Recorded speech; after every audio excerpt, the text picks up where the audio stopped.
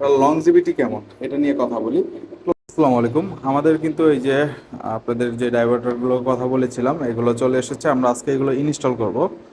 তো এগুলো কিভাবে কি লাগাই এটা আপনাদের দেখাবো। এটা কিন্তু একদম টাইসের পর যেমন থাকবে ফিনিশিং, এটা আর কি এরকম।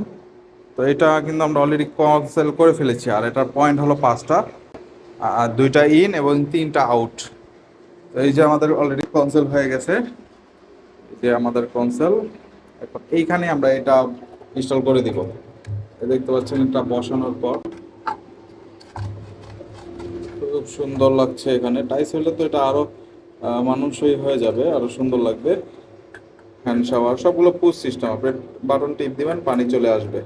হ্যান্ড শাওয়ার বাটন টিপ দিবেন পানি চলে আসবে। আর এইটা হলো ডাইভার্টারের যেই মূল, যেই ডাইভার্টার যেটার জন্য ডাইভার্টার আর কি বলা হয়। ডানে ঘোরালে ঠান্ডা পানি চলে আসবে, বামে ঘোরালে গরম পানি চলে আসবে।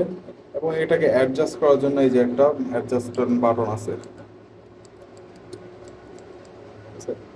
তো ডাইভার্টারগুলো আসলে অনেক সুন্দর। এখন লংজিভিটি কেমন এটা নিয়ে কথা বলি। লংজিভিটি খুব ভালো মাশাআল্লাহ। এখানে কিন্তু নষ্ট হওয়ার মতো কোনো কিছু নাই।